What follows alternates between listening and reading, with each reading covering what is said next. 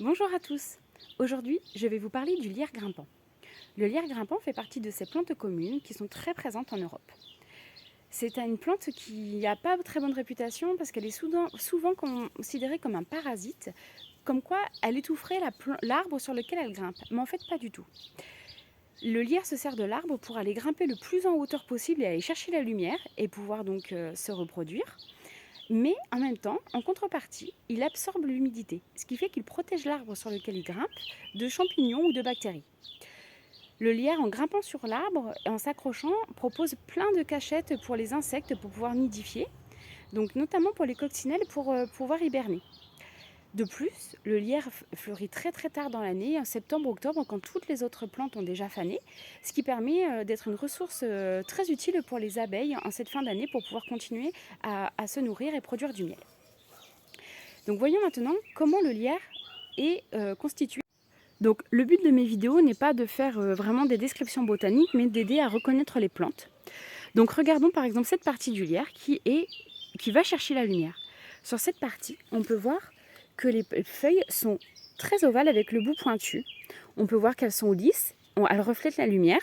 Donc comme un petit peu, elles sont épaisses, un peu grasses, et on voit que derrière, elles ont une autre couleur. Cette partie de la plante est la partie où il y aura des fleurs et des fruits.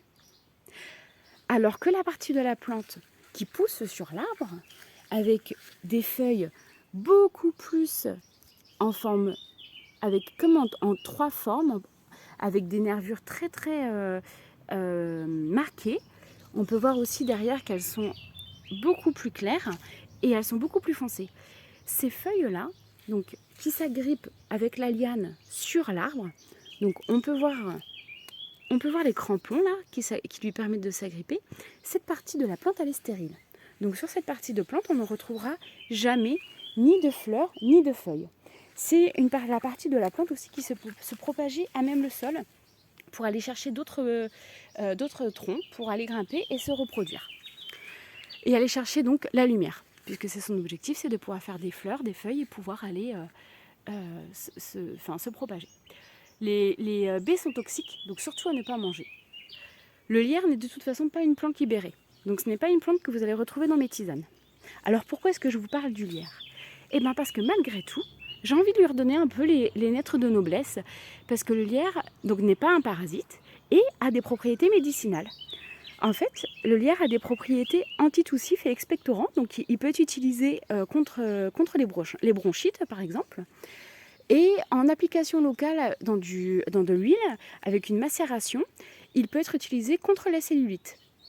Et après, évidemment, utilisation très connue du lierre, qui est la lessive de lierre, donc pour pouvoir laver les vêtements. Au temps du romain, au niveau quand il y avait du lierre qui était gros, les gobelets étaient vraiment creusés dans les bois de lierre.